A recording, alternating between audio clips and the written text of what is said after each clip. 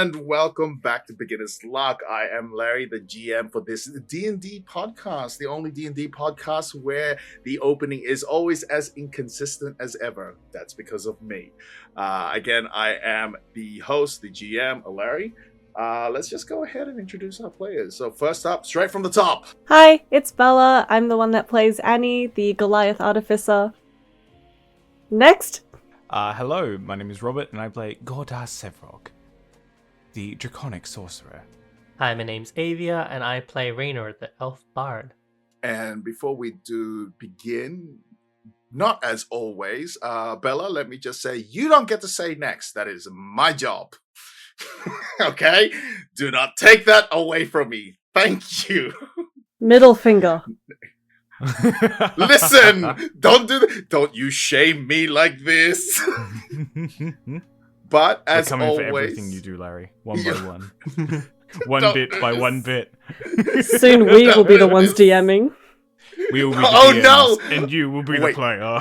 Wait, this is a great idea. I get to be a player? Wait, no, you weren't supposed to like it. Yeah. Don't threaten me with a good time.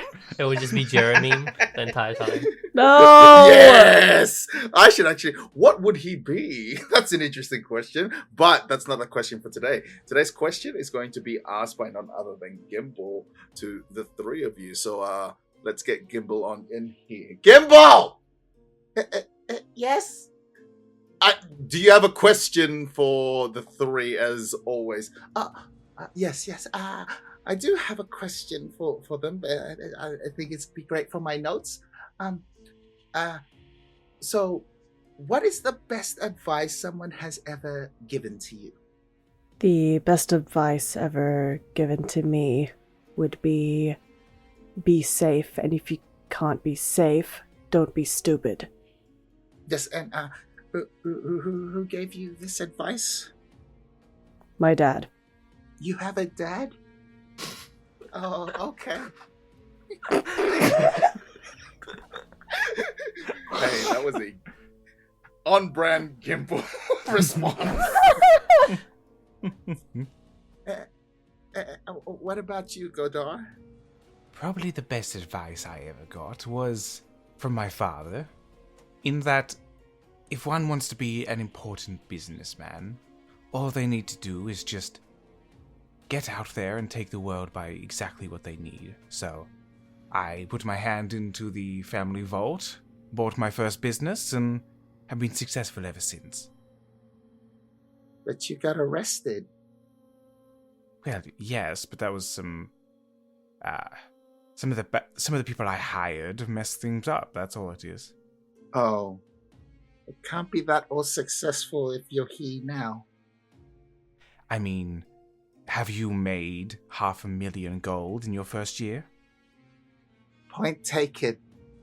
Oh, okay. And I guess lastly, Raynor, what's the best advice someone has ever given you? Why are you asking this? It's for my notes. Cool. Okay, well, it's better to be the villain in their story than a nobody in none. That is interesting. And who told you this? That is none of your business. Oh, and you're a villain in whose story? I'll be a villain in your story if you keep asking. And with that, let's jump straight into the recap. Entering the mansion, the three adjust themselves to the new establishment. To their surprise, this place was not like the others.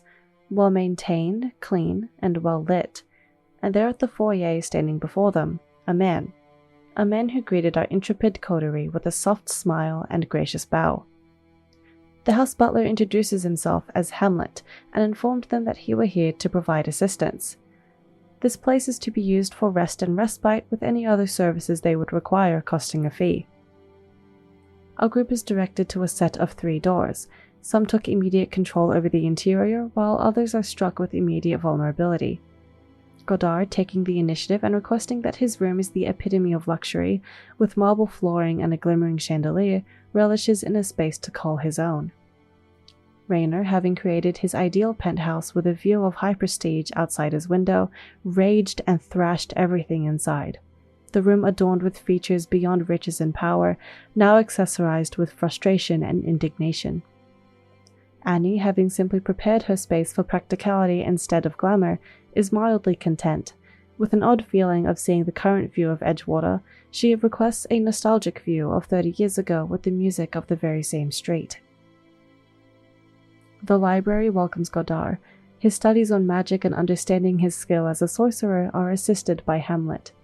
With time, his magical capabilities will only grow to be more powerful and lethal. An underground workshop of one metal man resides, his stuttering voice offering Annie the means to access Delacroix. An underground workshop of one metal man resides, his stuttering voice offering Annie the means to access the Delacroix vault. Tink, the inventor of the camera, swiftly asks for photographs of a dragon as a favor. After spending the afternoon depositing the remaining barrel of the dragon coin into the vault and visiting Sasha Blackburn, the night soon approached. Godard experiences the ideal peaceful slumber. The hours pass for Annie as she single-handedly tinkers about, but visions of the unconscious mind plague Raynor, a golden spectre with red silk adorned, coercing the bard into its ignoble bidding. And we return once more to Briar Rose, as Annie returns to the manor after having her prosthetic arm worked on. What are the rest of you doing for the rest of the day? How do you unwind for the night? Goda is probably going to retreat into whatever quarters we have. Is it the same tent? No, you can retreat into the manor itself. Oh, that's right. We have the manor, yeah. Yes. Gordo's probably, going to just retreat into his room. And he's going to sit down on the bed and kind of let things wash over for a second. And he's going to pull out this little glass orb that he's kept in his pocket. And inside it, you see it's a liquid. There's a little clockwork fish that's just swimming around, and he's kind of just holds that and just stares at it, and then just holds it to his chest and kind of stays there all night. Raynor, how would you spend the rest of the night? Last we left you were heading back to the manor itself to get effed up on booze and cigarettes. So I think he would have come back, kind of looked at the stairs and gone, you know what? Nah. As he kind of goes towards any living room or dining room, and then he just kind of lays on the couch there. So it takes you a while to sort of navigate this manor itself, with its twisting halls and never-ending rows of doors, till eventually you find a sitting room. There you'll see several throw pillows just in a huge pile. There is a sofa. There's some reading material just off to the side wall, and a window looking out to a garden. You make yourself comfortable in this room, and you spend most of the evening here. Annie's going to pull an all-nighter. She's going to work on modifying her rifle, making adjustments to it, and she's going to try and create a means of aiming with her rifle using a piece of wood. So she's just going to make designs for that, how it looks, how it will fit, how it will slide on, essentially. Okay, so for you retire to your room, your own little space, and you spend the night working on making these modifications on the rifle itself. As the old familiar street music plays in the room, you occasionally look out the window and you see the snowy streets that you were very familiar with 30 years ago.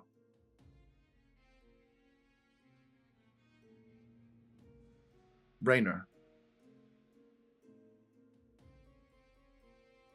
you must have fallen asleep in this reading room, but you do not find yourself there. You adjust your eyes. Your eyes adjust for a brief moment, taking in the light, and you are unsure on where you are. The entire place is just white, almost never ending. Oh God. What's his name?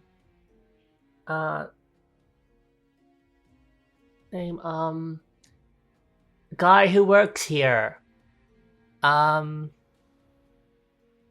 Butler guy, Jeeves. Anyone? There's no response for the call for Hamlet. You look around and it is just... what's the word here? Almost an infinite space of just white. You look one way, and then you look and turn around once more, and you now see a satin sheet, cloth, very vast, almost like an ocean before you. A red satin sheet, and you begin to slowly see it rise. And from the tip of this satin cloth, you see a form that begins to manifest. And you see a visage of a woman with golden hair that seems to flow just as much as this satin sheet. It has now become part of this woman's dress. Wow. It is almost time. You mean freeing you? Yes. Oh, how smart and clever you are. I knew I chose correctly. Mm-hmm. You will free me, won't you? And then you'll give me what I want. Yes. You free me, and you can have all the riches that you desire. He's gonna tug at his collar as well, and he's like, "What about this?" As you reach towards your neck for the collar, you find that it is not there. Oh, okay. Find me at the City of Gold. Once there, free me. Fine. Okay. Do we have an accord? We have an understanding for now. And as you say, we have an understanding. You can see the red satin cloth that is part of her dress begin to swirl and spin and engulf you and almost consuming you. And as that last moment you think that you are out of breath, you wake up. Is everything all right, sir? Where are the rest of them? What time is it? It is early morning, sir. I do believe that they're still in their quarters. I believe I heard you call me in your sleep. Yeah, it's nothing. Very good, sir. And you see Hamlet just disappear before your eyes. Wait. Hamlet. And then reappears once more. Sir. What does the City of Gold mean to you? It is nothing that I've heard of, though I imagine it is a city made of gold. Gordar mentioned a library. Is there such a place? A library? Yes, there is certainly such a place, sir. Okay. Can I head there? Of course. If you'll find the library on the west wing, sir. On the second floor. You'll find the huge double door and ensure that you make the payment for access. God, payment. Okay, fine. Fine. Will there be anything else, sir? Nope. That's just it. Thank you. It is. You look into this reading room and you see at the wall clock, this old handmade wall clock. It is roughly around 4:30 a.m. Okay. I have time. You head to the as you leave this reading room. You make yourself to the main hall and you ascend the curved staircase and head to the west wing. You follow this corridor. You follow this corridor straight on, and in times as you're progressing, you could swear that new hallways have appeared just behind you that were not there before. Till eventually, you find yourself face to face with this huge green double door with a open book engraved on it, and you can see a little payment box just by the side. He kind of like digs into his pockets and he's like looking at the cold coin as he's like, oh, I don't really want to. And then he just kind of deposits it in. Clink of the coin into the machine. Into the payment box, and as the final ding is heard, the double door opens before you. And as you step in, you find an expansive library. Just in the middle of this place, there's this huge column that has a spiraling staircase that wraps around it. And along this column itself is lined with insurmountable books. The ceiling is high, at least 20 foot, and the shelves are like from, floor to ceiling, just all lined with books. He's going to be looking for a librarian or someone who can kind of help, as he's just like, hello? Anyone? As you say hello, Hamlet appears before you. Sir? Okay, could you help me with finding a book? Because obviously I can't traverse all this. That would be wise, sir. And what particular book are you looking for? Anything with City of Gold and a woman of golden hair. Either or. City of Gold and a woman with golden hair. Yeah. Very vague, but I'll see what I can muster. And you see him disappear. And no more than 20 seconds, just by one of the reading tables, he has reappeared. And along with him, these piles of books, at least 100 of them, are now splayed on this study table, stacks upon stacks. There are several different references with a woman with golden hair. Though not exactly the words of City of Gold, there are some references to here of cities that could possibly be of reference to a City of Gold. Could you cross-reference them with the place that I'm going to, and also remove anything that seems extremely vague or inconsequential? And where exactly are you going, sir? That is a great question. Medusa, I think?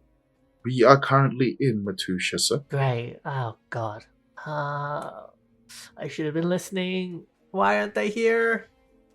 Can you call that rat Gimbal? He was probably listening.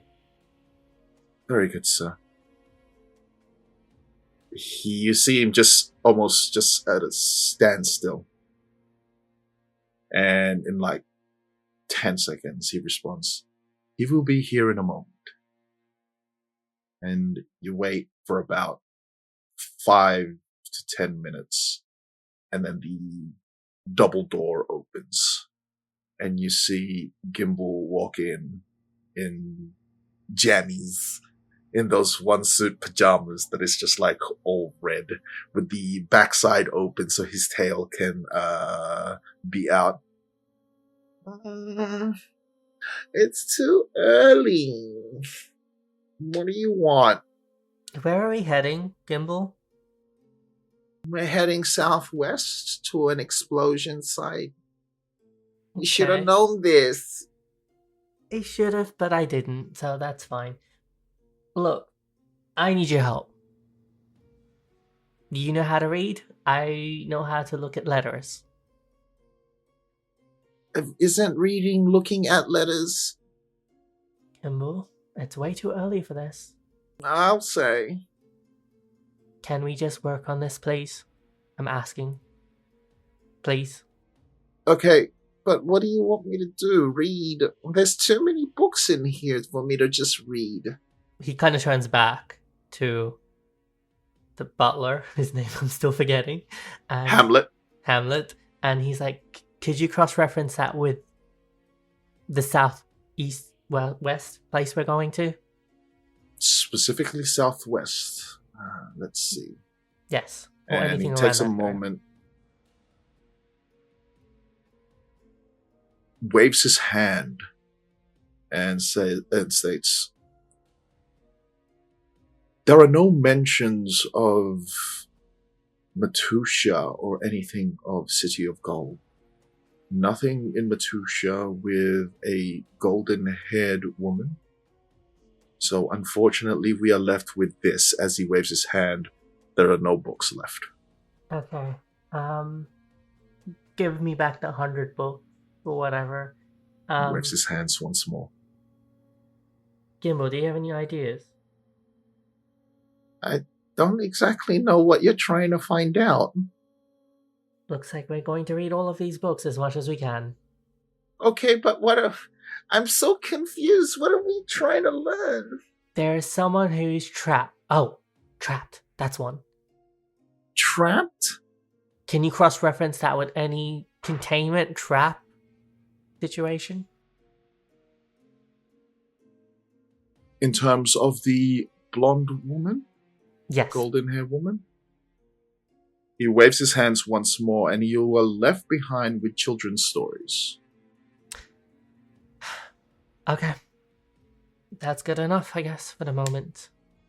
So a lot of these children's books are in similar vein of like Rapunzel, where a golden-haired princess is trapped in a tower or in a cave or in a dragon's den. Anything, it is always that golden-haired woman is also guarded by a great monster, be it a dragon, a minotaur, some great evil knight. But along with these stories, you still find no reference of City of Gold. So, where if there were a you cannot find a connection with a golden-haired woman and a... Can you send a letter to Gordar when he wakes up? Very good, sir. And you're going to spend the next few hours in here. Roughly what time does Gordar wake up? Gordar is... It's not the early wake up, but it's pretty... probably like 6:30, 7 o'clock kind of wake up person.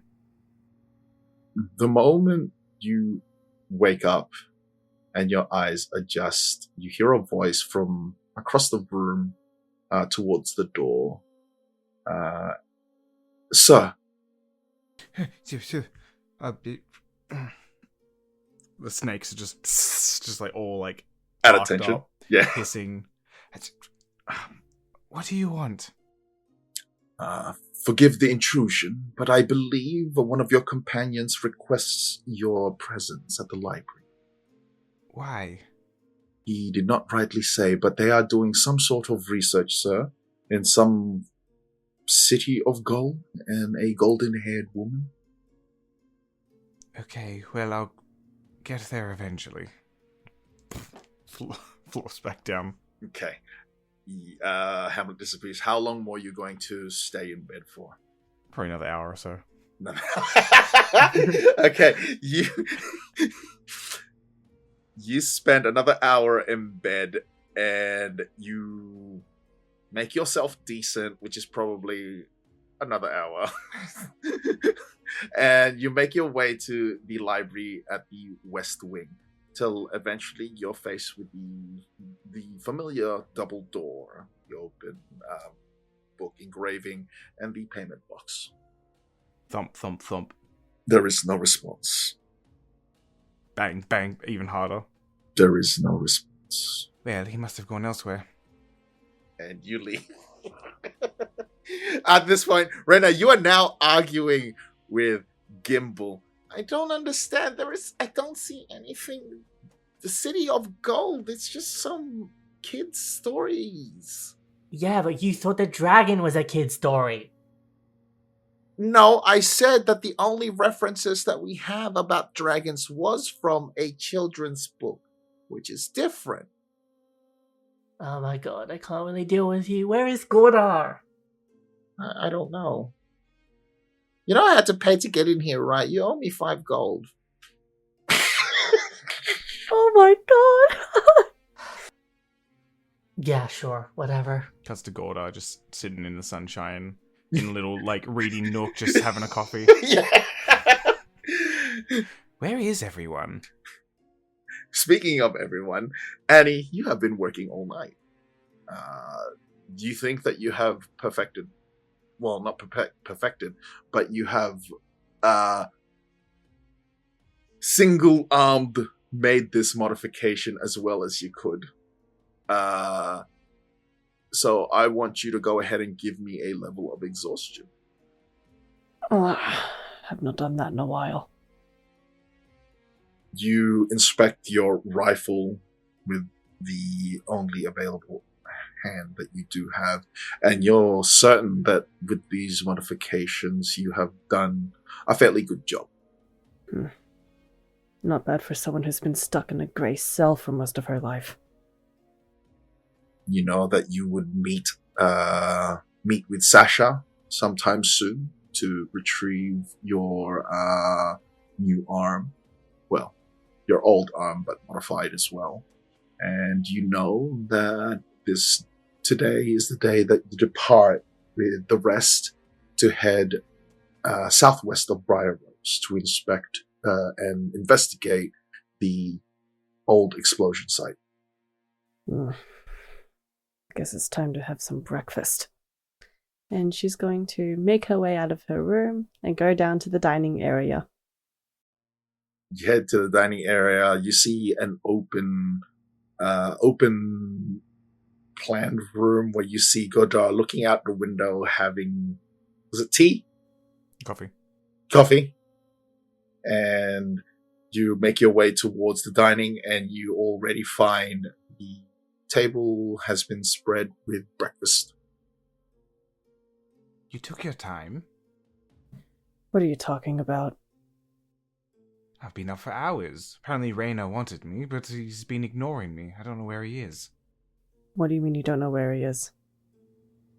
Well, I was told to meet him at the library. I banged on the door, and no one came to. You didn't think to enter the library? Well, no, I had to pay for that, and I wasn't getting any services for that, so there was no need to pay. Wait, you have to pay? Yes. I just thought I'd knock on the door, he'd hear it, and open it up, but I guess not. Whatever. I doubt they're doing anything important anyway. I still don't see anything about a gold made of...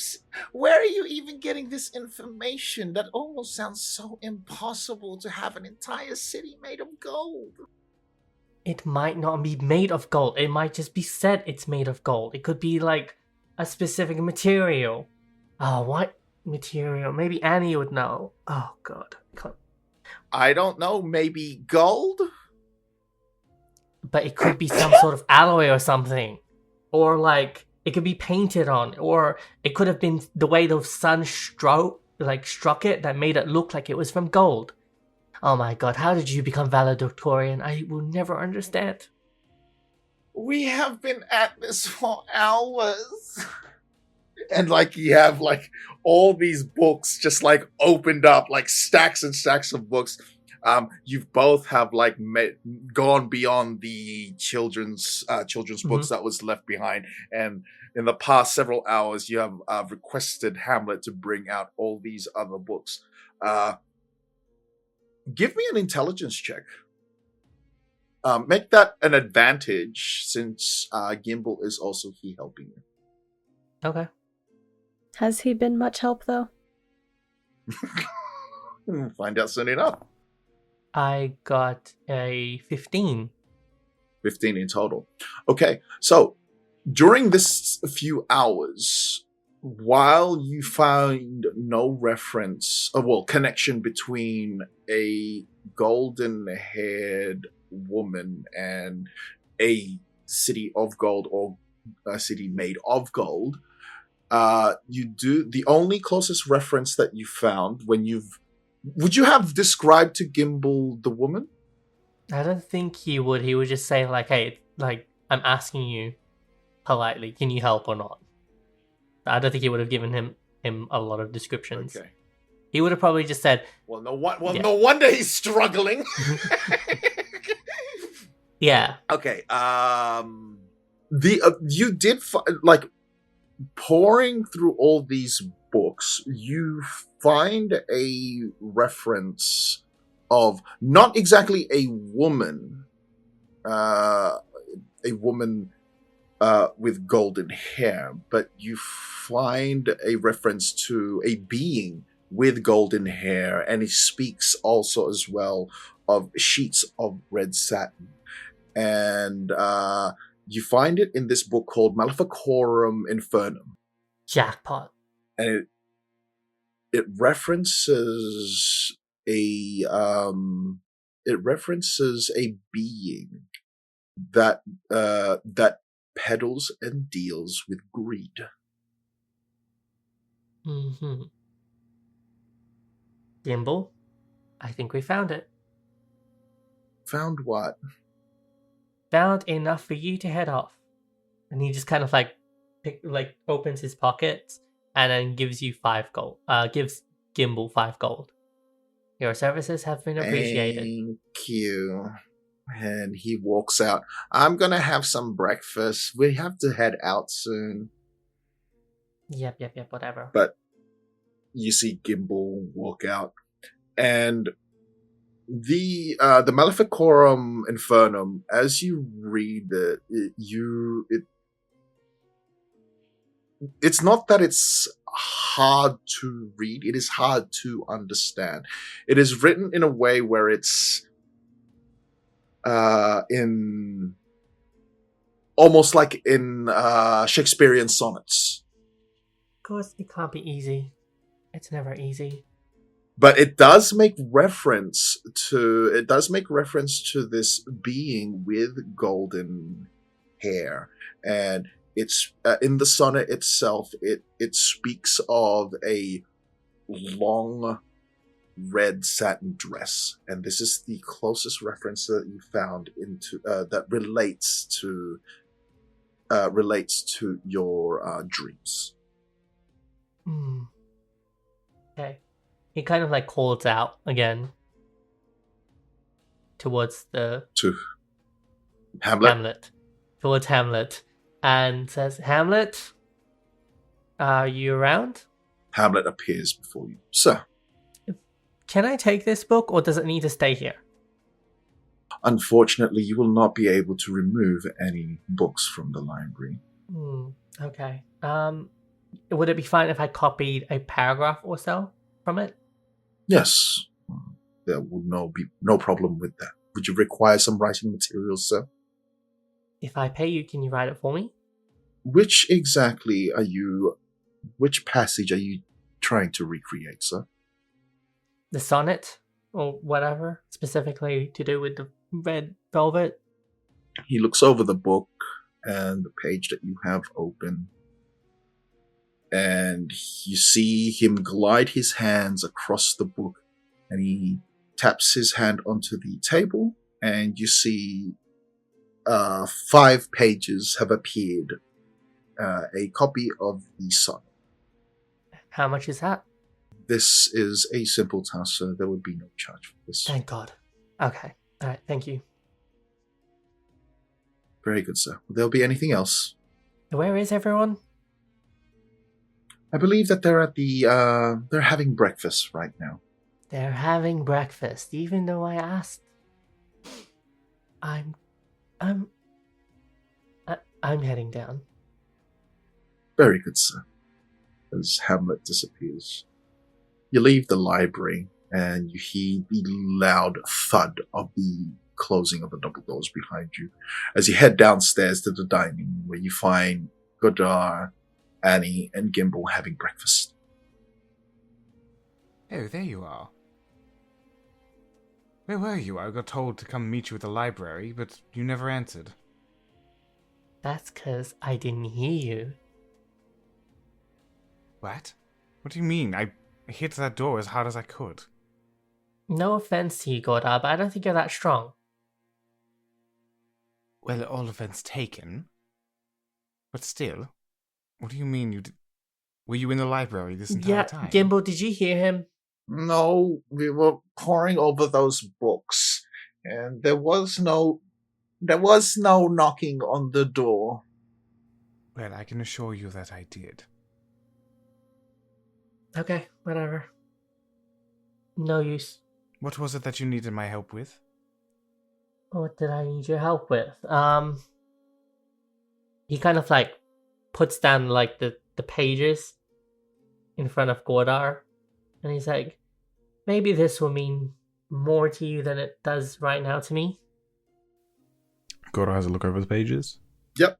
You look over the pages, and it's a sonnet. It is a sonnet about a creature of golden hair and of a red satin dress. And read. Seems like some kind of little fairy tale story. Do you need me to read this to you? No.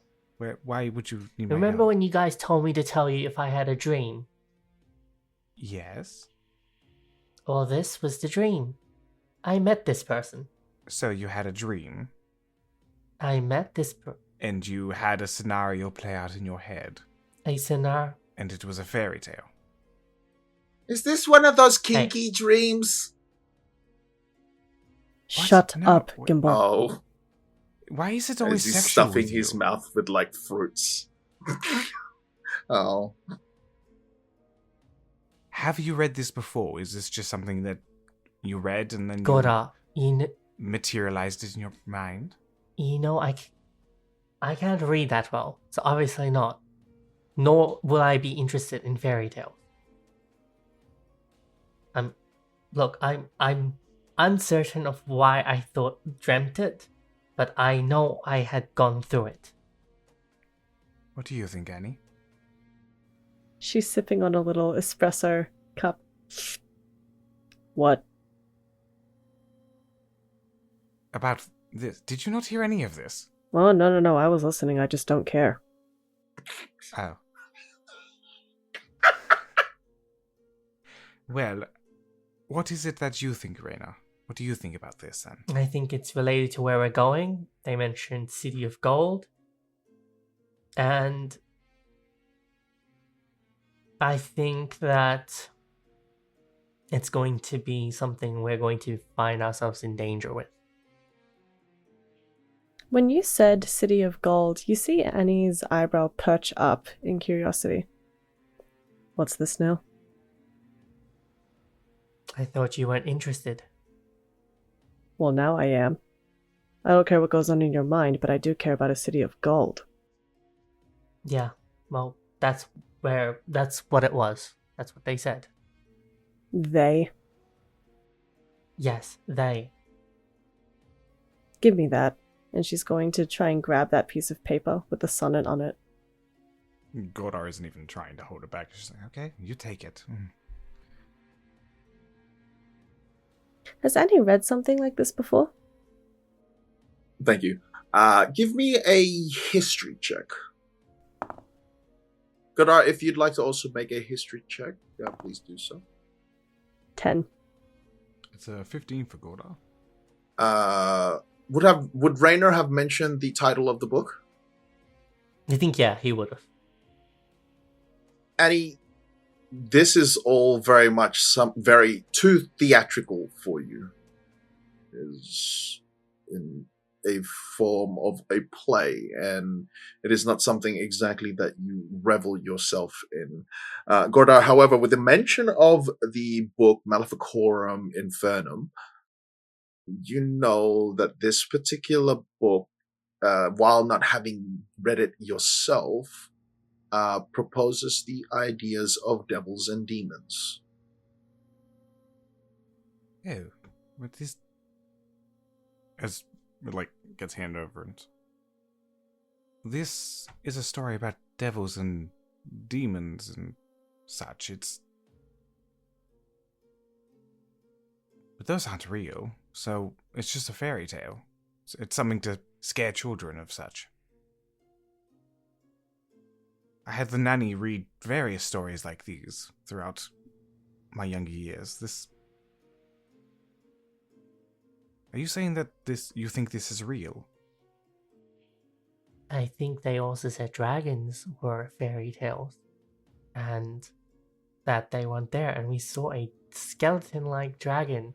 We saw visages of the past. We saw a person create a full illusion of a town.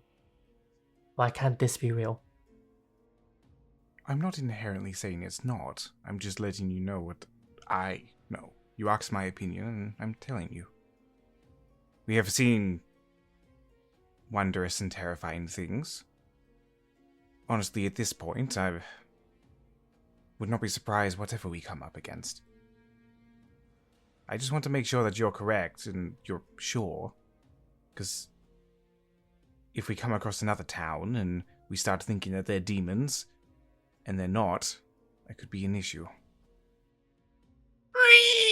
As a chair slides across the floor and Gimbal gets up, I'm gonna get ready, as he leaves and breaks the silence. Yes, we have to prepare for demons and devils and whatnot. She snags an apple from the table and takes a big bite out of it. You all enjoy your breakfast and sit in quiet contemplation and prepare for the trek ahead of you as you all meet in the foyer or the main hall of this manor. Gimbal arriving now, all with his huge backpack and wearing a priest attire, all black with the little white collar, and you can see like bottles that is strapped to his belt, and it's just got all these and it's all labeled like holy water. And okay, I'm ready to fight demons. Gimbal, what the hell are you wearing? I'm a holy man, the things that demons and devils are afraid of. Wow, it didn't take a lot to persuade you, did it? Well, better safe than dead. That is a very nice Halloween costume, but I don't think that's necessary. Demons and devils aren't real. How is Rainer sort of like looking? Does he give away any... yeah, just generally, how is his current disposition to all this? He is a little bit more like... He kind of looks like a little bit of a wreck in the sense that he was up a bit at night. He hasn't had a great sleep. He's kind of quietly annoyed at the group, and he's looking at Gimbal right now, and he's just like, "You're just dressing up. That doesn't work. Are you making fun of me?" That kind of mentality. He looks at you in response to Annie. Well, it's real enough for him, and I don't want that to happen to me. He's a mess. He woke me up so early this morning to read books, and if he's being haunted or troubled by some sort of demon or devil, I want no part of it, and I'm prepared. Well, in that case, good job, Gimbal. And Annie's going to, pat him on the head. You're playing the part. Bless you, my child. What the fuck? He does this, that bow, that priest. Bless you, my child. Gimbal's bowing to, Annie's knees. Yeah, right now. basically. Yeah, I thanks. Gora leans into Rainer. That one is losing his mind more and more every day. Yes. He should not be out here. I have no idea why they still insist on tagging him along. He is so useless. I think it's to get him away from them, to be honest. That They probably can't stand him either. could explain why they're sending him on a death mission. But okay. Yes, but we die too. Yeah. Why do we have to deal with that shit? Before leaving, I would like everybody to give me a D100. Why? Oh no. I got a 5.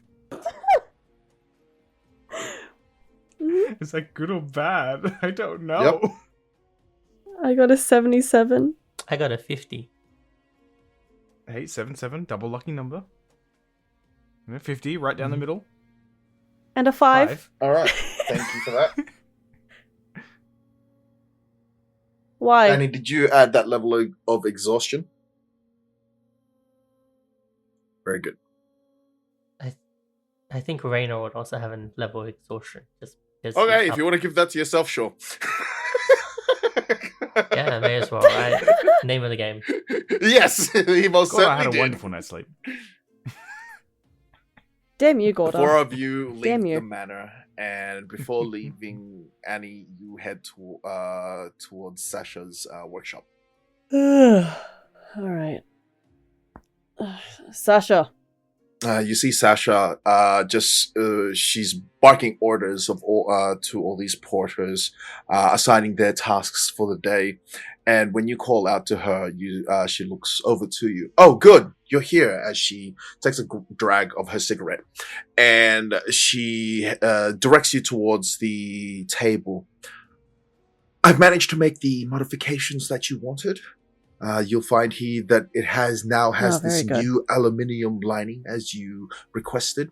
You can see here, and then she turns the arm itself, and then she shows you the palm, and then you see her flip the switch. You can see that there is also the compartment that you requested to have particular tools set inside here, and she's now showing you that it's nice and new and shiny. Most of the porcelain has now been removed and has been replaced with all varying metals such as iron and aluminum. Oh, good. Thank you. Good. I'm glad it is to your liking. Perhaps take a seat and we can put this back on you. Indeed. Thank you. And he takes a seat. As you take your seat, you see Sasha take the arm, and she adjusts it and lines it up onto the sockets that you have for this on your bare shoulder.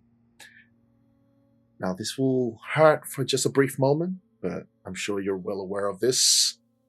I'll be fine. And she pushes it right in as it clicks into place.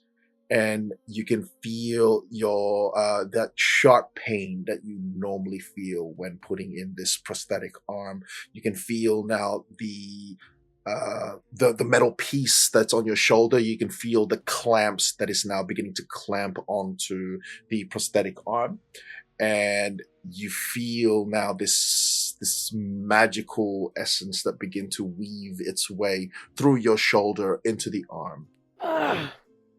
And you have that feeling once more of having an arm back.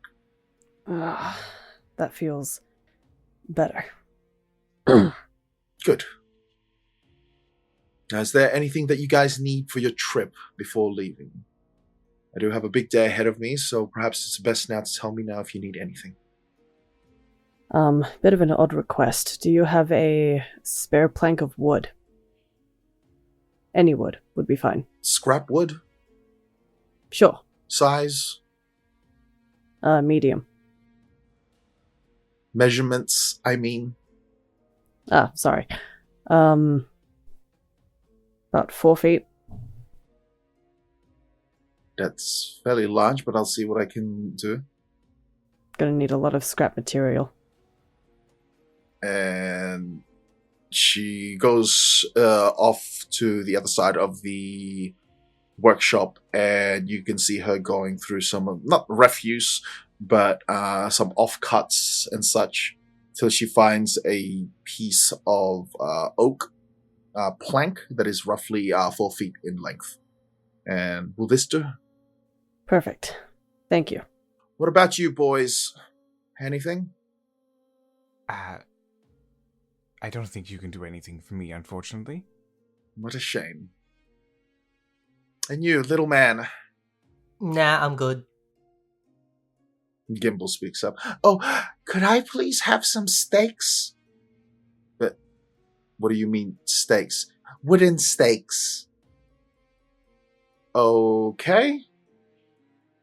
And you see Sasha just put, how many do you want, kid?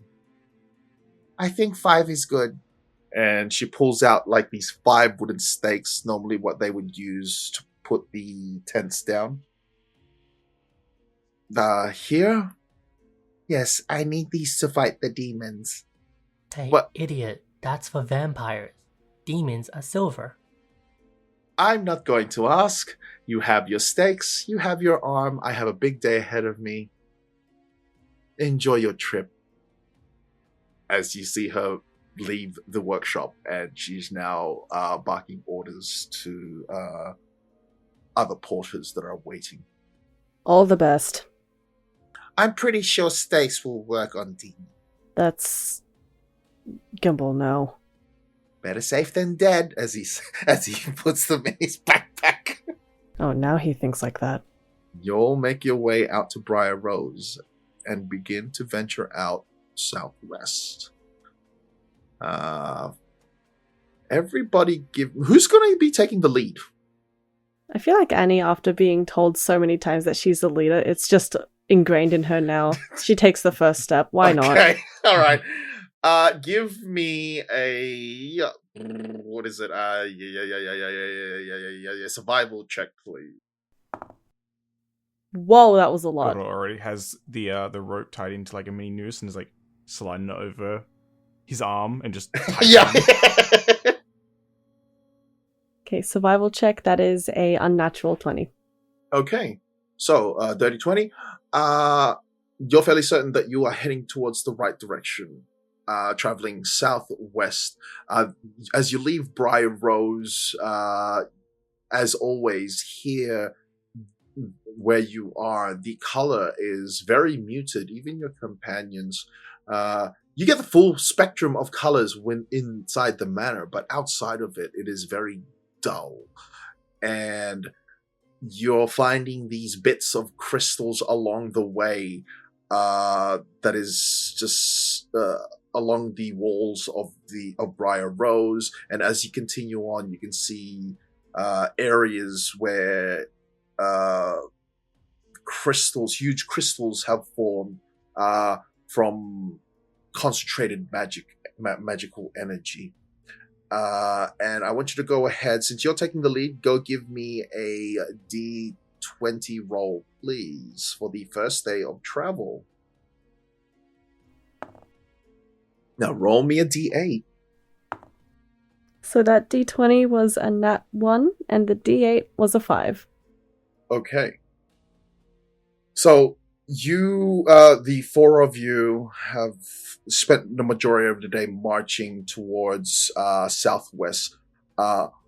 While there are no roads, at points there are roads that you come across, but because you're taking a direct route southwest, sometimes you go off-road till eventually you find you find not too far off you a crater, probably about 20 feet in diameter. And then just outside the crater, there's these huge sort of formations of these crystals.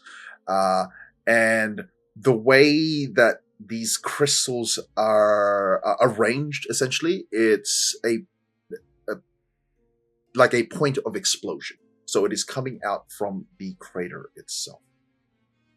And as you're getting closer and closer, you find that more color is beginning to return to the general area. You're all beginning to feel a magical tinge of raw magic around you. It prickles on your skin. I don't like it. Does anyone else feel a little tingly? The girls are not having a good time right now. Like, he sees snakes just like huddled in together on like a nest on his head. Something is in the air here. You see Gimbal sort of like raise his arms up. I'm getting a lot of, and you're now seeing the furs on his arms and also on his head are like raising, almost like static electricity. I'm getting pins and needles as well. Do you think it's worth investigating? I don't know.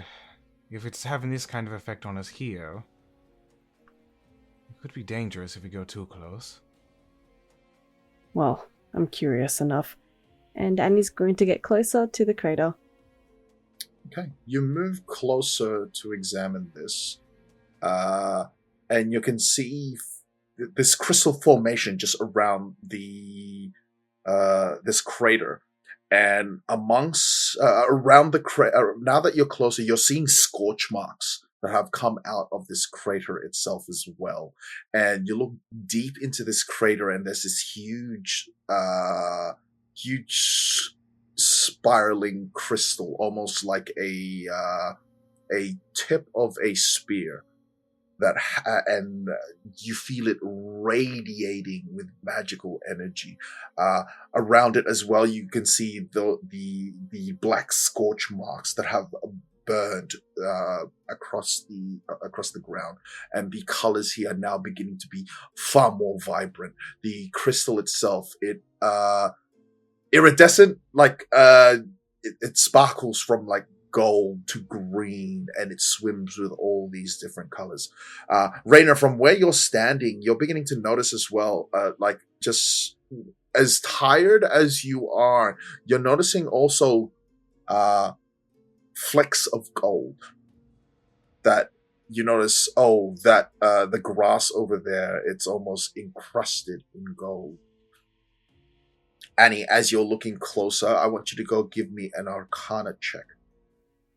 I was just about to ask if I can. Okay, perfect. 11. With 11, you're looking at these crystals here. You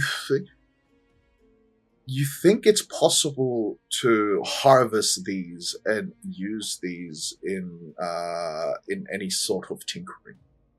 You pretty much know that a lot of tech that is used in the city is powered by magically infused crystals. And these crystals here, while very raw, could possibly be far more potent in comparison on what you would find in the cities. So imagine like a overcharged battery. So yes, that's what you find. Oh, this is going to be great. And she goes straight into the crater towards the crystals, opening her bag of holding. Okay. Do you have Come to mother. Do you have any tools with you that could perhaps? I imagine that you're harvesting this thing.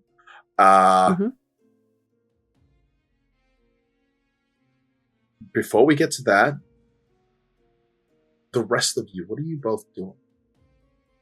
Godor is just watching her, half expecting her to mutate into some crazy monster and just die while holding the rope.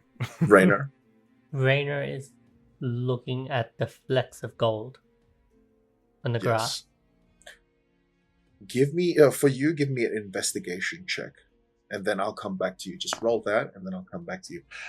Annie, you're going to begin to harvest. Now, this crystal that is in the center of the crater, it is huge, right?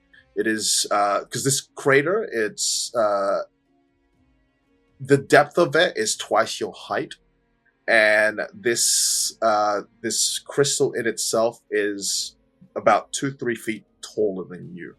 You do find smaller crystals of similar magical properties. Okay, but before anything else, give me a D100, please. 43. As you slide down this crater, and you were like, "Oh boy, ooh mama," sort of thing, right? Like understanding on what you have here at your hands. As you descend and reach the most central crystal, you fall to your knees and you begin to puke. The rest of Godar, Rainer, you're hearing Annie puking. That doesn't sound good. That doesn't sound good at all. Get out of there! Let's go back to Rainer. What did you get for your investigation? I got an 18. So the pattern of this gold, not mimic, well, I guess you could say mimics, is similar to the pattern of the crystal that has formed around this crater. It almost as if, looking at this, what things have turned to gold as this thing had landed. So you're now seeing like these blades of grass have become gold, and then there's patterns, well not patterns, sorry, but sections on the ground where it's just the dirt is gold, and it all comes outwards from the crater itself. That's not good. Annie, get out of there! Annie, what are you doing? I feel like she's going to try and go backwards while still also trying to clutch at the smaller crystals, trying to pack them into her bag. Okay. While puking. You are puking, not uncontrollably, but there's moments where you're like, and like trying to hold it in, but then it would come out. Give me a dexterity check as you're climbing out and trying to collect some of the crystals. Damn, straight 10. Straight 10, flat 10. Okay, so you did manage to claw your way out of this crater. The rest of you see Annie arise from this the crater. Annie, you are covered in sick. You only managed to snag maybe about 2 crystals in a single hand. And you're holding these 2 smaller crystals. Those who are at least 10 feet away, you can see Annie rise, and she's just like covered in sick. Annie, I will also like you to add another level of exhaustion, please. Are you okay? What the... I would take that as a no. Shut up. Gimbal, do you know anything medical stuff? Pepto-Bismol? What is that? It will help with your upset stomach. Why would that... I don't know. This is not something that we've experienced before. Is this the magical sickness? He's like panicking now, and he's thrown his bag on the floor, and it's just like, have some water. And he's like tossing a bottle of water towards you, Annie. And here, the Pepto-Bismol, and he also tosses Pepto-Bismol. Oh God! Stop throwing this at me. Larry, you can't use named products. Is it a named product? I don't know. Yes. Okay, not that. It's like Chucks and stuff like that. Windex, like they are the brands. Not that brand, but sir, that brand adjacent. Okay. A similar product. I can't think of what are they? Stomach. Just say like stomach them. medicine. Stomach medicine. That's what it is. I'm so sorry, but a lot of my knowledge comes from things that are heavily referenced in real life. My mistake. Do we even have Pepto-Bismol in Don't think Australia? so. No, but it's a common Like, thing on Western media. Just in Yeah. America. Which I consume of a lot of American media, so he's tossing you all these things, Annie. And Stop! so Gimbal is throwing these things at you, water skin and like some form of medicinal to help your upset stomach. But you feel as you're still puking, like, or trying to prevent yourself from puking. Your insides are almost feeling like they, you feel very hot inside. You can feel your prosthetic arm jitter and jerk as you're crawling your way out of this crater. And What the? Ugh. God, it's hot. I'm sweating. God, stop throwing things at me. God! Campbell, stop it! I'm gonna yoink the rope. He's like panicking. What do we do? What do we do?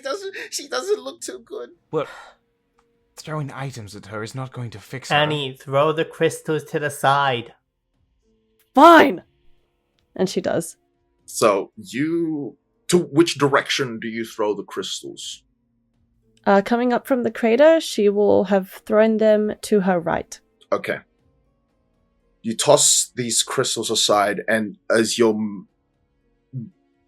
now beginning to move away from the crater, you no longer feel this heat inside you. Your arm seems to cease jerking here and there, and you seem to have full control. Ugh, God. I think that was a trap of some kind. It doesn't look like a trap. It looks more like just a magically volatile area. I mean, a trap for you, yes, but we were not drawn towards it in any way. Ugh, man. Could you stand still Damn for it, a minute? dirty. He kind of like, Are you feeling better now that they're no longer near you? I feel fine.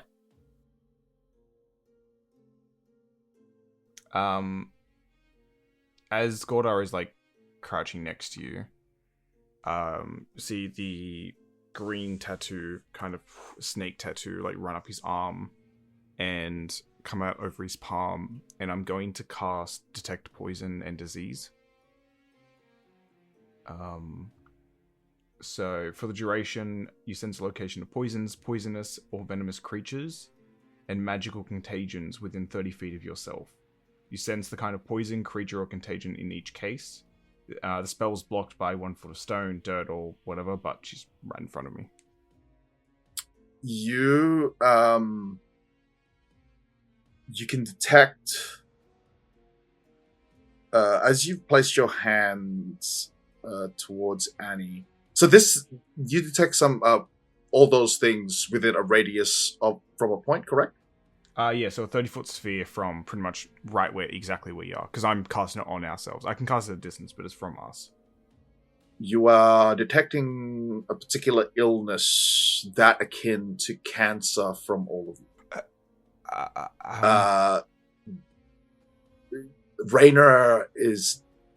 Rainer's one is, pardon me, almost like in those early stages. Yours are a few, you begin to detect particular growths upon yourself.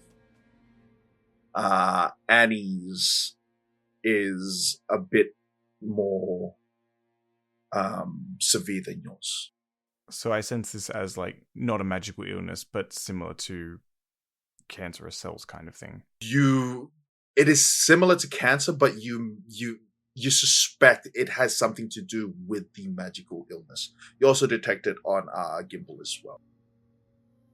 So, I have good news and very bad news. Oh, well, out with it. good news is I know exactly what is happening. The bad news is it is very bad. This... the side effects of being out here are starting to fester within us. Us. In all of us. But most in you, Annie, at this point. It is similar to a parasite or a cancerous cell. It is eating away at us and just steadily growing. Oh, great. So we're The sooner dying. we can find either... potentially. If we could find a cure of some kind, that would be good, but... I think it could be irreparable. I have no idea. Oh, well, that's just great. And she'll But I think we should stay away from glowing things from now on. speak for yourself. And she's still going to open up her bag of holding. It makes it worse, Annie. Unless you want to die, then... I'm already old. Might as well do the thing that I like doing most.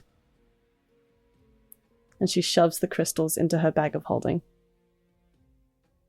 Your personal bag of holding, correct? Yes. Okay. Not the safe one. Yep. Okay. You go and retrieve those 2 pieces of crystals that you tossed, and you have now placed it upon your bag of holding.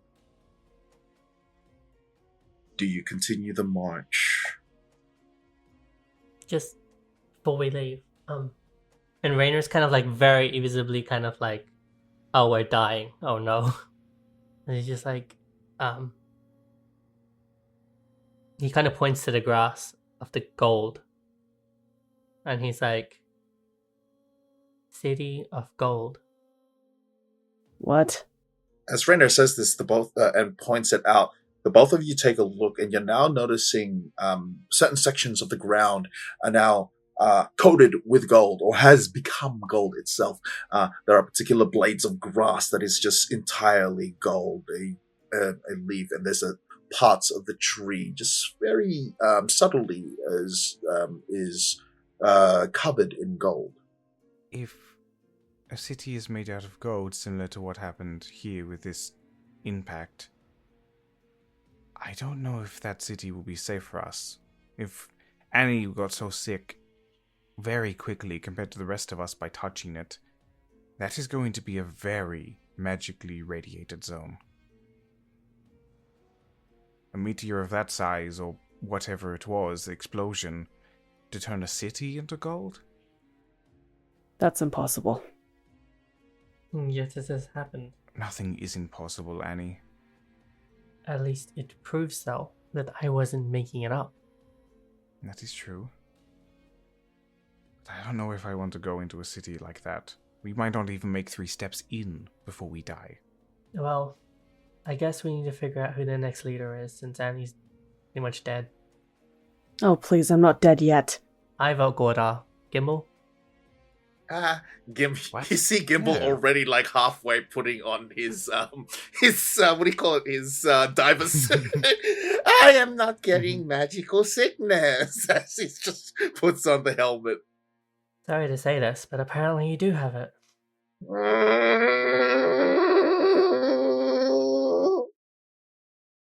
Well, anyway, it's not like we're going to be separated by hundreds of feet. We're walking as a group. Doesn't really matter on who takes full lead. Let's Hopefully go. that little shit Samson will have it too. Here's hoping. You continue your travel southwest, and twilight is upon the 4 of you. As the sky, while you feel as if it is twilight, it is getting darker. The colors are still muted. You look up and the sky is beginning to darken. But no stars, nothing of great note, something that could signify the sky. But it is getting darker. Should probably make camp. Perhaps. Alright. And Annie, realizing that she's still covered in her own sick, she's going to click her fingers and cast prestidigitation to clean herself. You are very clean, my dear. Yuck. Alright. So just here then? You could have done that the whole time. I may have forgotten. My goodness. You saying that I have been walking in this filth this entire time, and you could have just been able to clean me whenever. All right. And Annie's going to go over to Gorda and flick her fingers. There, now you're extra clean. Oh, thank you. Oh, I feel so refreshed. Holding up her hand, she looks towards Raynor. Nah, I'm good. And he just kind of snaps his finger on himself to clean it with his own prestidigitation. All right. Are you kidding? Everyone! What about you? You little rat. Are you able to do it too? Yeah. Snaps his fingers, and you can see his suit nice and clean. His diver suit. We have been out here for so long, and not a single one of you has decided to do this. I never needed to clean myself. Do you all like smelling filth around I you? take regular baths. Mm-hmm. Where? We are in the wilderness. And he pulls out water. How much water do you carry to take a bath? You realize how heavy that You is, see, right? at least a quarter of his pack is just bottled water. My goodness. Gorda kind of just like just slumps down, just like, Oh, you I cannot believe any of this. careful where you sit. You might dirty yourself again. Well, it's fine, because it seems like the rest of this group is able to just magic it away. Godard crashing out. Just about being clean. Perfect. So what now? Well, we try and rest, hopefully not get eaten by some weird dog-like creatures during the night, and hopefully get back on the road as soon as possible. And you see Gimbal beginning to unpack his sleeping bag. Right. Do the rest of us have sleeping bags? Or bedrolls? If you recall, you would have given a basic pack by Sasha a while ago. So you would have a sleeping pack as well. Oh, right. And she takes off her third bag. And she puts it to the ground and unfurls her bedroll. Okay. Right. Anyone going to take watch? Well, who would like to take the first watch? I assume some will need to... You know what?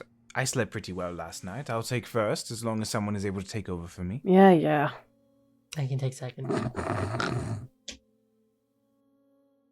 Gimbal is already also tucked in. So the three of them are taking their rest. Would Godard even try to attempt to build a fire of any sort? I don't think you know Okay. how. So he would probably, attempt to, and then kind of... half an hour of trying, and then kind of, puts his hands together, and then just ends up, grabbing the pieces of wood, walking to the edge, and just throwing it away so it doesn't look like... Okay, so you're not even leaving a Nice. remnant of, an attempt of a campfire. No. Okay. Doesn't want to show he failed. Go ahead and give me give me first a d20. that's a 16. Go ahead and give me a perception for this evening. That's a 15. Gorda is going to spend a lot of the watch looking around, but his hand in the pocket, just hand on that orb, feeling it occasionally dink up against the glass. The night, or your first watch, goes relatively undisturbed. You'll occasionally hear cries of wild beasts off the distance, but nothing that seems to get any closer. And you just hear the hums of the bugs that are around. At the end of your watch. An occasional snapping of snake jaws trying to Yeah. eat one of them. And Cute. that would be for your watch. Shit. We didn't decide on who's taking over for me. I believe Raynor did. Yeah. So Raynor's Did he? Yeah, Oh, Raynor's gonna kind of open his eyes from his meditation as he's just like, guess it's my time. See Gordo like hunched over, about to like shake you. knowing what Looks you're like he's doing. gonna murder you. Like, What are you doing? Goes, I was going to wake you. Okay, It's your time for the watch. I see. You're doing this in darkness? Well, yes. He's gonna use prestidigitation to create a small campfire. so you arrange these stones, and then you somehow find like these just huge clumps of like wood and sticks that seems to have been thrown haphazardly at one part. Collect that and put it at the center of the camp, and then you cast prestidigitation to light this campfire. Oh, well, if you need that, then that's fine. There's no worries at all. Gordo's like visibly shivering. Sleep well. I think I will. I'm just gonna you know what? My legs are a bit tired from the walk. I'm just gonna just sit down here next to the fire. Go for it. Okay, Raynor, go ahead and give me a perception check, please. 16. Go ahead and give me a 1d20. 15. As Godar makes himself comfortable as the best as he can close to the campfire that you had made, the rest of the night goes relatively peaceful. Again, with the occasional cries of beasts off the distance. There are times, though, where you think you hear the clashing of metal, but you're unsure. But it was very, very far off, almost like a little prick on your ear. But not too long, you see that the environment around you begins to gradually light up. The old familiar muted colors once again returns. And it is the first morn. Not first morn, but it's daybreak, sorry. So, you remove 1 level of exhaustion. Yep. And Annie, you go down 1 level of exhaustion. So you should now be at level 1. Everybody take a long rest. Cool. We're awake now. Gordar is still passed out, but in a weird angle and just like arms outstretched, half out of the sleeping bag. Just As day breaks and everything has returned to its, well, what passes as normal here at the Expanse in Matusia, we're going to take a break and a word from our sponsor. So we'll be right back. Hey guys, Ava here. Just real quick, I know you guys are having a great time listening, but I just wanted to take a moment to ask, if you aren't following our socials, please go follow and comment. You can find us on most socials under Beginner's Luck TT. So that's BEGINNERSLUCKTT. Thank you for the follow, comment, like, subscribe. Any sort of interaction helps small podcasts like us grow. So thank you very much. And that was a word from our sponsor. So thank you for sponsoring us. And the other players don't know, these guys don't know it, but they have showered me with gold coins. And I am rich beyond. I just have all this money, this imaginary money.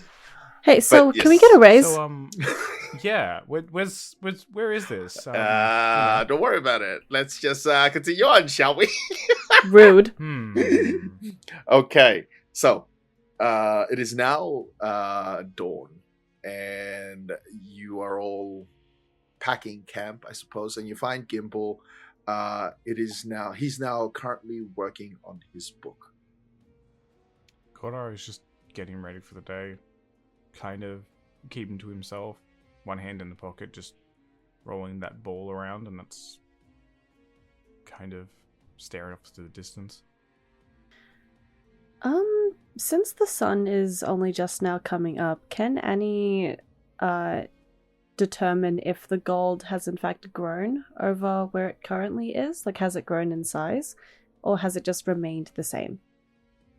Well, did you guys camp not too far from the crater? Or did you continue on? Wait, what gold are you referring to? The gold, like speckled nature, like where it looked like the nature had turned into gold. No, you've moved past that. Oh shit. Okay. Yeah, I thought we moved. Yeah, on a little bit. you've moved on Got it. till nightfall. So, but from where you are, you see no remnants of gold apart from the fact that the visage of this place. You've got your tree lines with the same muted colors. Occasionally, you do see that the trees themselves have crystallizations on them. While not as vibrant as the ones that you saw at the craters, these crystals in itself, in terms of colorization, they seem to be rather dull, much like everything else around you. Okay. Can Annie like properly observe the crystals that she put into her bag? Yeah. From what you take from previously, this is an overcharged battery, and it could be used. It could be used in some of your tinkering. It is still just as vibrant as ever. You feel the magical emanation from it. This raw, untapped magic, which could potentially be dangerous. She doesn't feel sick. She doesn't feel like throwing up at all. That's good. You suspect that whatever had made you ill was at the epicenter of that crater, which was that towering crystal that stood like 2 to 3 feet taller than you. All right, let's get ready to head out. I'll be finished in a moment. As you see Gimbal continue to work on his book. What's Raynor doing? I think Raynor is kind of checking himself, and then he's going to go to Gordar and then say, "So you're saying that we have it too?" Yes. Not as bad as Annie does, but yes. What did Annie do that we didn't? Apart from going into that death zone. Whenever she finds anything of magical crystals or power, she instantly goes towards it. We are normally a bit more hesitant. I wonder if that's all it is, though. Because how much exposure? Well, I think we were warned that just being out here was detrimental to our health. I think it's just a accumulation of just being in this area. Do you know if there's any cures or any of things that would fix this? That is beyond what I can do. I am no healer. I was just able to see it for a brief second. Okay. You hear the closing of a book, and Gimbal. Gimbal now is beginning to pack his things. He's now rolling up his bedroll, and you see him with a tin at hand, and he is beginning to eat some rations. I'm ready. All right. Let us get on, shall we? Who's taking the lead once more? Me. Okay. Go on ahead and give me your survival check for the day, please. So that's a 2. And Larry's grabbing some dice. And what looks like some notes. What have I done? Oh no. Oh no. How could you forsake us, Annie? We trusted in you. We believed in you. I- You were the chosen one. So you begin your trek southwest, or as best as you know of what southwest is, considering that even with the sky, there is no sun to guide you. But to the best of your knowledge, you are heading southwest. It has been several hours on this trek thus far, and it is now reaching the afternoon. And you are all now beginning to feel that same tingly feeling, that sensation, that magical intensity, and it is permeating. That be the right word? All around you, and it is Godar. It is very. It feels as if it's very dense. I'm getting that feeling again. Like the crystal before. Everybody, give me a Constitution save, please. Oh boy. There might be a bigger one near us. Okay, Annie got a 10. I got a 9. Rainer got an 18. Okay, so with this area that you're in, it's fairly barren. You see a few trees along the way, the same sort of crystallization. But as you trek on, you're beginning to see just off the distances a crater here and there. And with some of these craters, you are seeing just like almost like a point of crystals.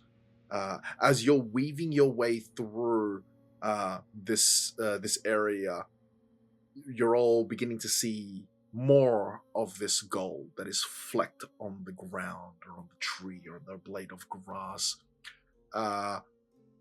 Godar, you don't feel so hot. Well, you do feel hot, just being around this pure magical energy around you, and it is almost draining. So go ahead and take a level of exhaustion from me, please.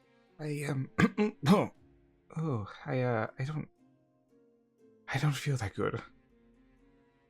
Oh, Do you want water? where's that non-branded medicine you had? He's already has it at the ready. Glug, glug, glug, glug, glug, glug, glug, glug, glug, glug, glug. Oh, is that supposed to be a strawberry flavored? Yeah. That doesn't taste anything like strawberry. Oh. As you're like moving Oh, along. the aftertaste. I think it's kind of nice. As you continue on, you find no Annie. You find no other way to go, but you're fairly certain that you are still heading southwest, to the best of your knowledge. And as you pass this area, this barren land, you're beginning to see again a tree line. And you see amongst the tree line an old road that seems to weave and snake its way into the trees. As you approach the tree line, the intensity of this magic seems to lessen, and it does not feel as heavy or intense. Alright, I think this might be a safer way to go. Just in here. I hope so. Okay. Make your way through the woods, and it's stark quiet, almost the silence is almost deafening here. The trees, as you go deeper into the woods, the trees are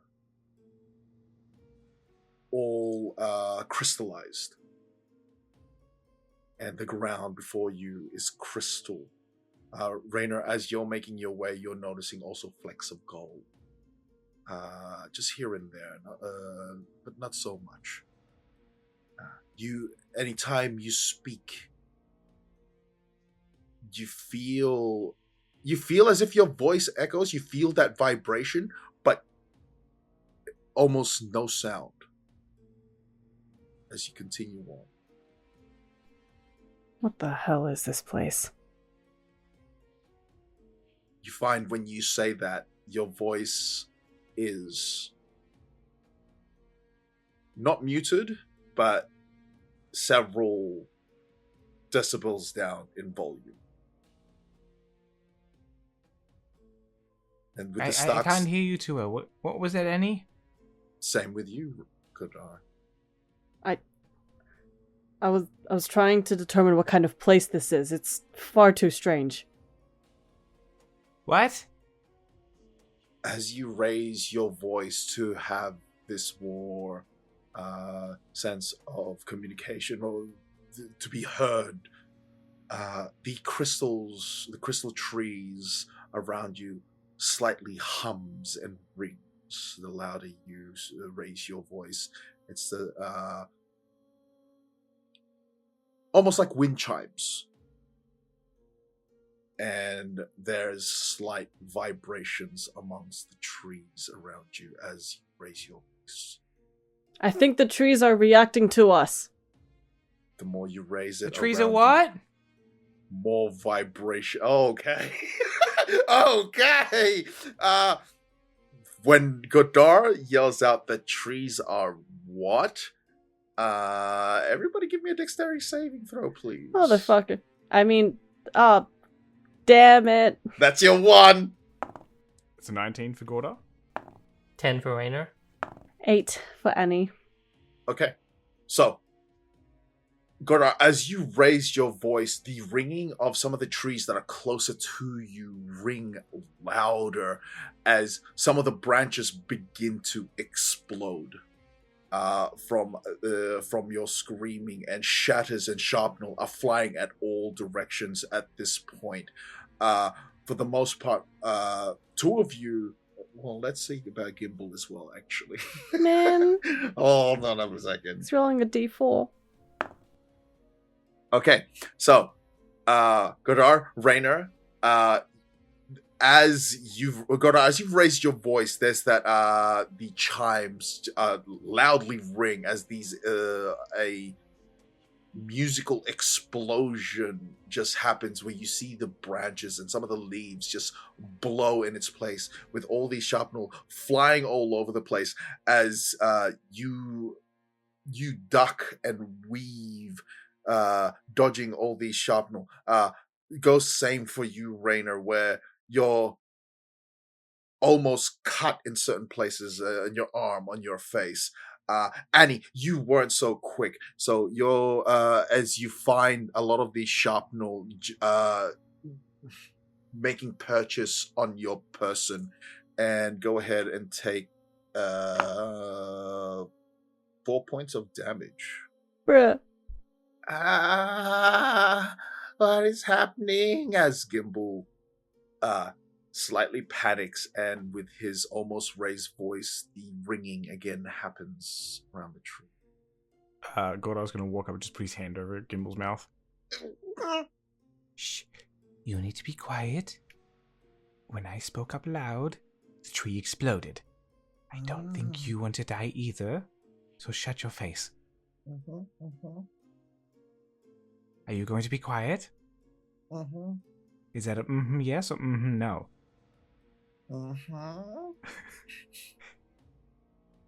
Slowly takes the hand off. That's very interesting. That's very, very interesting, Gimbal whispers. And you see him just like look at these trees. And even with his soft voice, his soft mousy voice, even with that whisper, there's that light ring emanating from all the crystals around. Gimbal whispers as best as he can as to not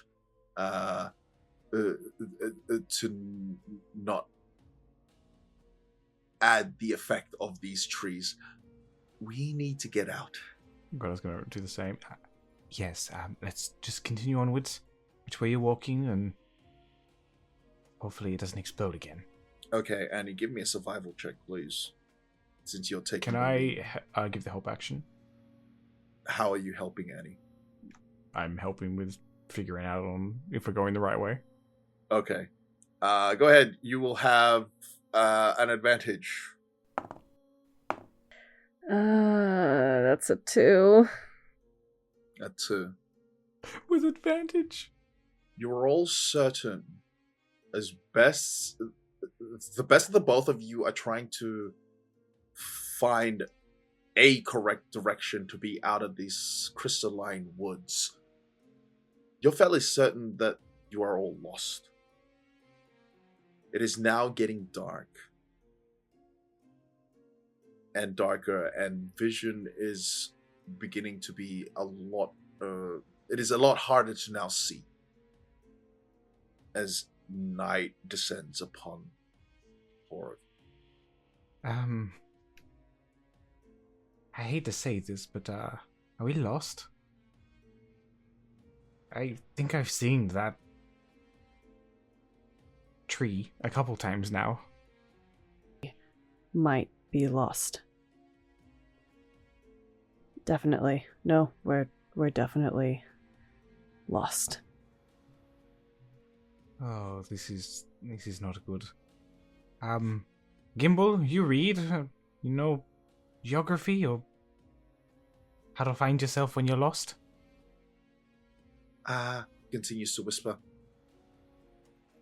I mean, we're not prepared to be lost in a crystal forest. Gimbal, I don't think anyone prepares to be lost. Well, there's no telltale sign of which is north, which is south. There's very little I can do to actually try and figure out how we could find our way out here. Hang on, Gimbal. Did Samson give us a map of any kind? Or did he just show us? He pointed at his map that we were just supposed to head southwest in the general area in hopes of we find the explosion site. Explosion site. Right. Okay. Give me a second. And he's going to she's going to kneel to the ground and dust it off. She opens her forearm and takes out navigator's tools. And she's going to try and determine their current position by stargazing if there's any stars in the sky right now. Any that have come up. Generally, here there is a fog that permeates throughout the sky, which prevents you from seeing. You don't even see sun, but you know that it is getting dark. Gimbal is you now see him adjusting the lamp that he has hanging on his backpack, and he is now he's now provided illumination for you all. And with your even with this illumination that you do have, you pull out, you've got your navigator's tools. I imagine that you have a compass. Yeah. Compass and a what do you call it? This thing, hang on. One of these. Except it has like the two pointed. Yes. So why don't you go ahead, because you've been lost for a few hours now and it is now night, and if you want to make your way out of the woods, go ahead and just as you check your compass, you can see that it is going wild. Well, not so wild, but it spins in a way where there's the magnetic fields in this place is affecting your compass in itself. But just give me an intelligence check. While this is happening, can Mhm. Rainer do something? Yeah, you can do what you'd like. Just let me know. Yep. So he's gonna use dancing lights Perfect. to create. This adds furthermore illumination into the area that you're in, correct? So pretty much 4 torch-like kind of orbs that kind of hover from his hands, and he's kind of like just kind of putting them into like a kind of like a grid-like pattern. So there's like space between them. Okay. So you now all have great illumination. So while still intensely covered in these crystalline trees, you can see, which is a good thing. Annie, with what did you roll for your intelligence check? That was a 16. Okay. You look at your compass and you notice that as you move along in certain areas, the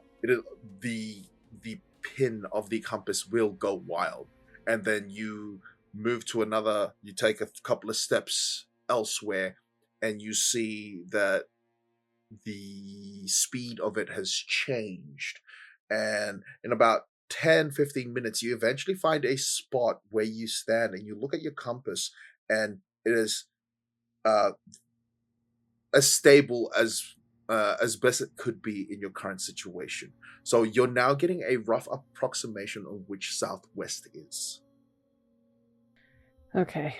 Alright, I think we can go this way. But let's try to be more quiet. Now, you have this, because it is nightfall, do you decide to trek on during the night? I think it's best that we get out of this forest as soon as we can. I don't feel like sleeping Okay. here. Go ahead and give me another survival with an advantage. 16. Okay. You're fairly certain that you are heading southwest. Though the trek through this woods is a lot more longer than you anticipated. And not long after, the three of you have been traveling all night. You're seeing the darkness beginning to lift. But you're still in the woods, and several hours pass till eventually you make your way out of crystal forest. You're beginning to see some of these trees now only part crystal, till eventually it is just wood once more, and you make your way out of this forest into, once again, just barren land. Being out here and judging by the brightness of things, you have been trekking all night, and as best as you can tell, it is probably closer to midday at this point. And Annie collapses to the floor. Gora does the same. I guess I'm on first shift then. Nap time. So, are we taking a long rest or a short rest? I'll say short rest. All right.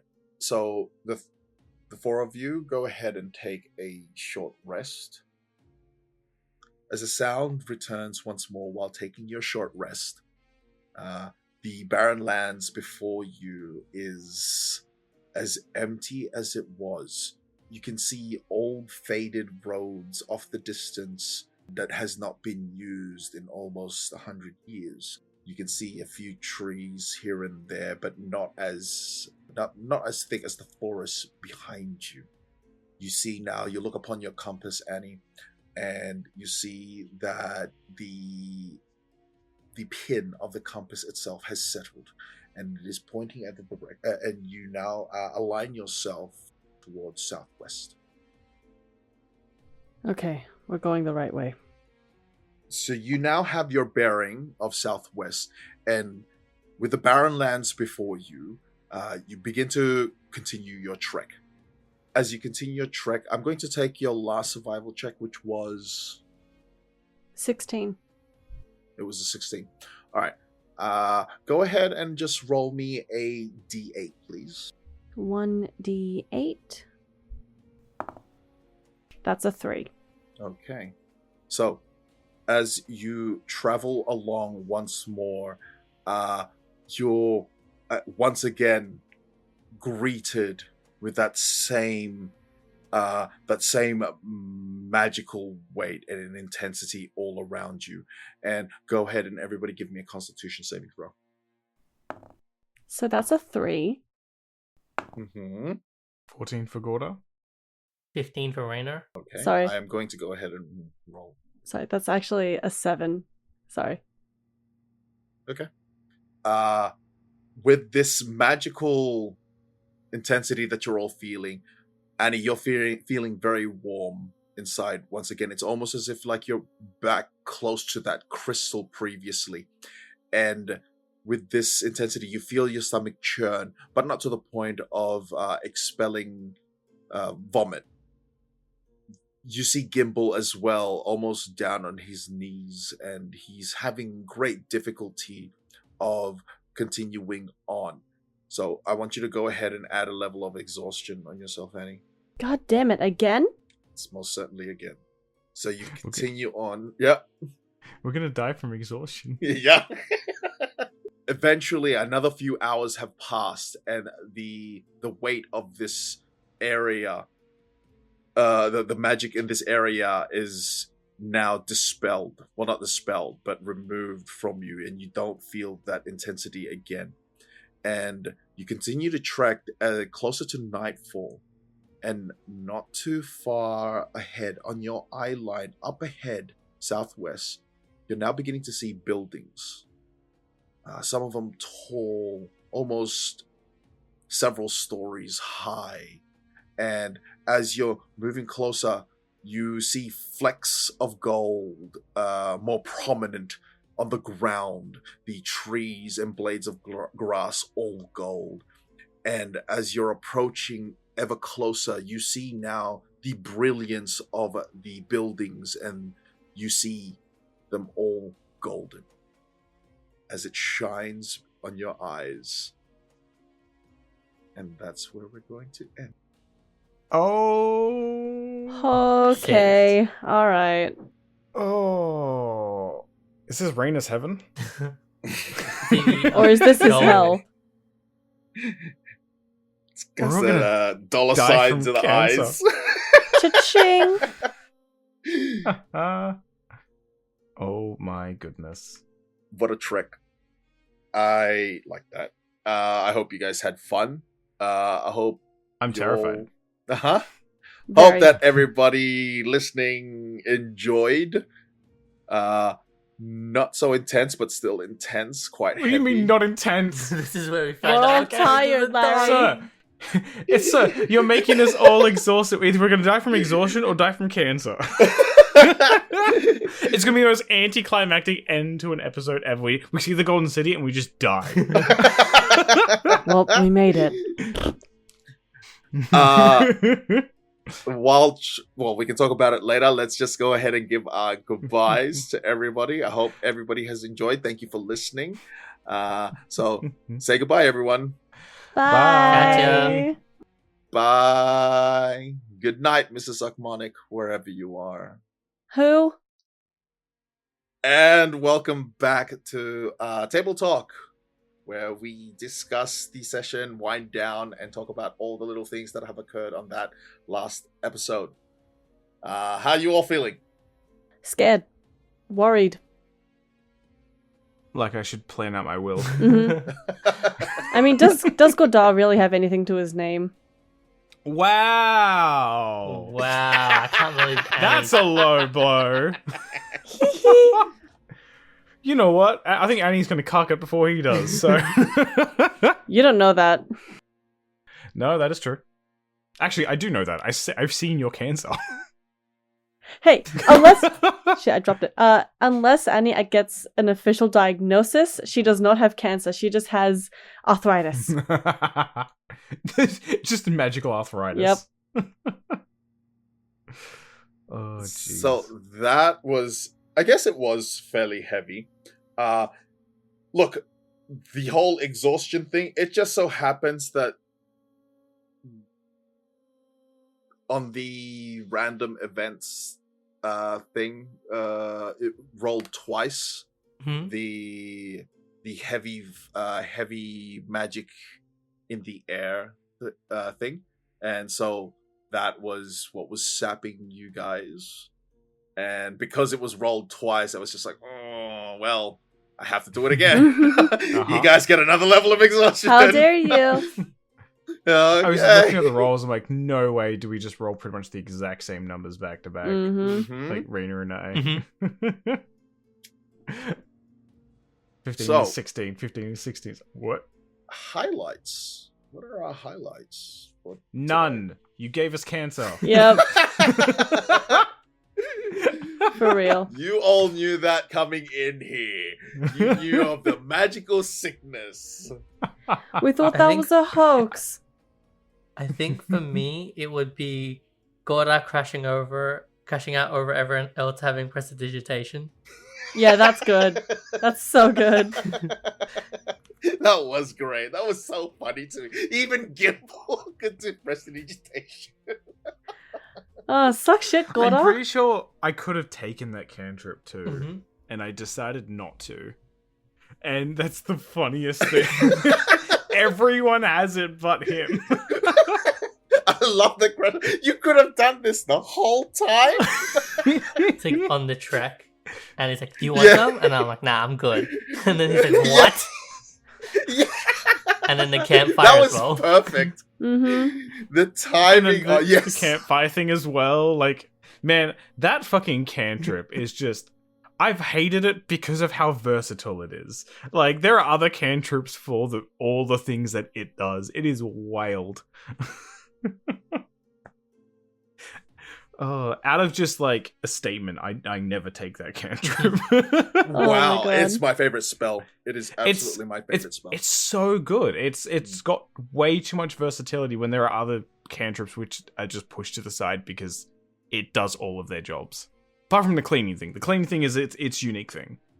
But I all the other found in our games that it is a staple that is picked up, but I also have seen in different games where outside of our group, our friend group, where it is not picked up at all. It's not even considered, especially because a lot of people don't have a heavy roleplay group, so a lot would be very if it's combat focused, Yeah. you're So- not gonna pick it. Pardon me.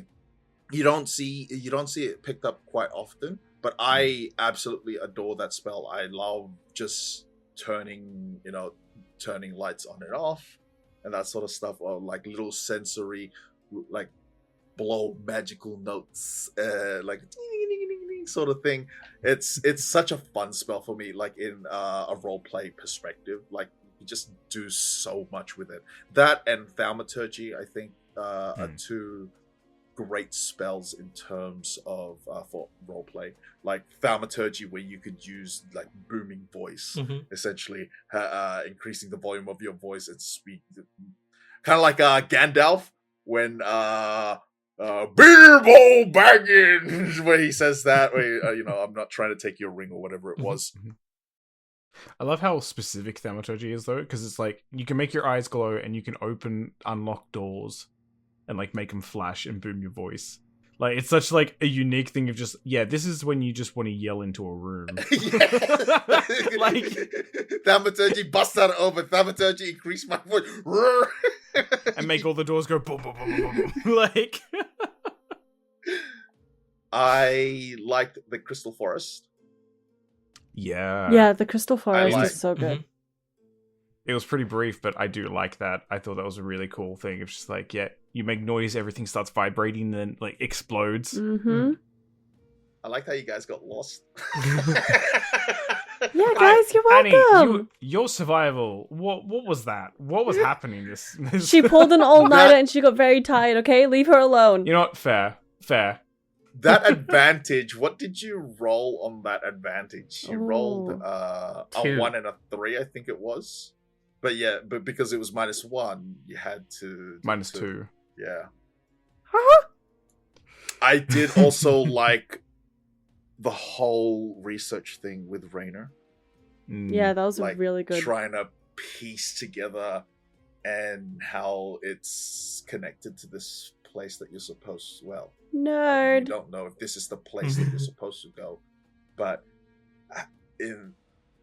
just off the distance, just seeing this city of gold, how it glistens and sparkles, and the closer you get, the more of how everything has just become gold. Like, in my mind, just like seeing that, it's so wild of just like having everything be gold. I love their Interesting reactions to to see. that. So like to Raynor saying like, "Hey, this is what it is," and then Gordo was like, "But I didn't really want to pay." And like, you were there, and I knocked. So like, I tried, and then Anna's just sipping her drink. She's like, Yeah. "Oh, you guys are talking. I didn't really care." Mm-hmm. I was thinking about that. I'm like with Gordo, like he has to knock on the door every time he enters a room because that was a very formal thing that he drilled into his childhood. So walking up and knocking on the door and there's no answer, it means there's no one in there or they don't want to be disturbed. So he kind of just went, "Oh, okay. Well, maybe he's not there," and searched the rest of the house and couldn't find you, and then ended up just sitting there. I was like, "Well, they're gonna come and have breakfast eventually. I'll talk to them then, I guess."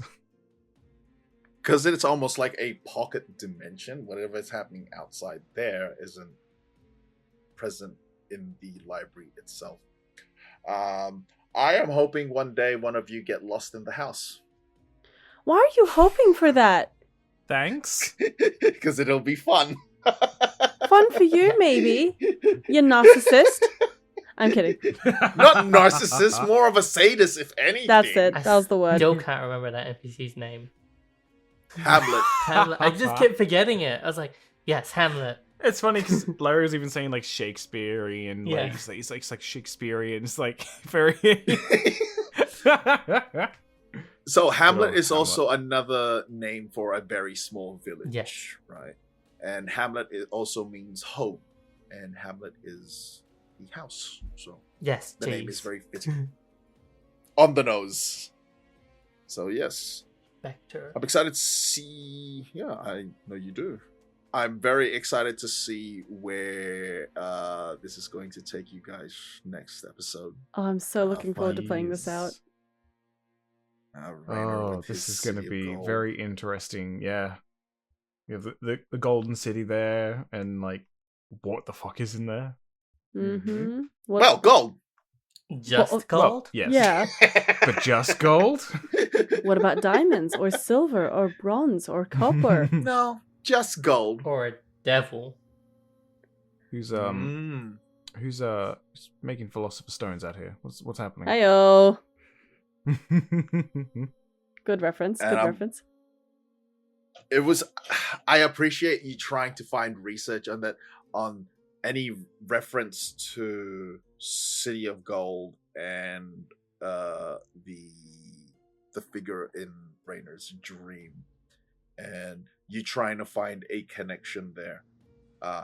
But I guess I'll have to explain it later on in game as to why there isn't. I figured that like Found once he in couldn't text. find it, then yes, it would be like something that's not recorded. Better be. I'm excited. I'm very, very excited for the next episode, just to see on how you guys play this out and see what you guys are going to do. And The next episode is episode 10. Oh, yeah, wow. Big one. Guys, we did it. Yeah, 10th episode, which is that will be very crazy. exciting. Yippee!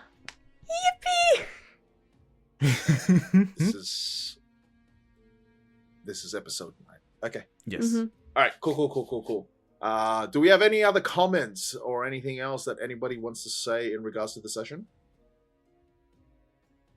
Had a lot of fun playing my next character because we're all gonna die. Oh, yeah.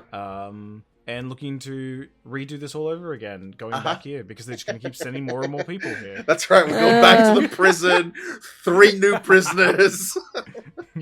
God damn it. The No. backtrack back to Another one. Another one. Manor will be annoying. Because we're like, oh, Yeah. not the forest again. Go through that same forest. Nah, I feel like Annie would try and figure out a way to just destroy the whole forest.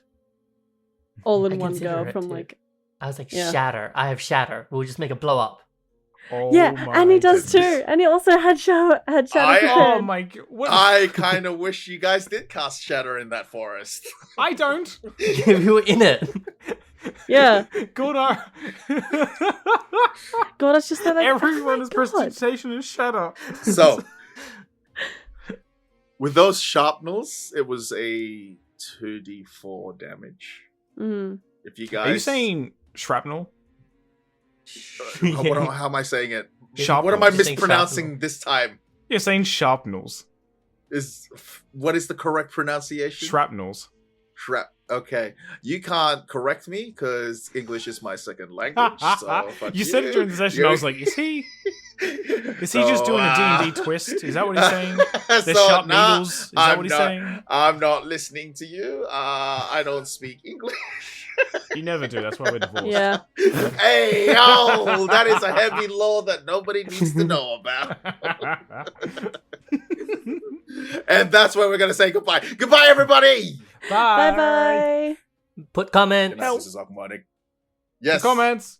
Ask Good idea. questions. Comment, like, and We love you. subscribe. Bye.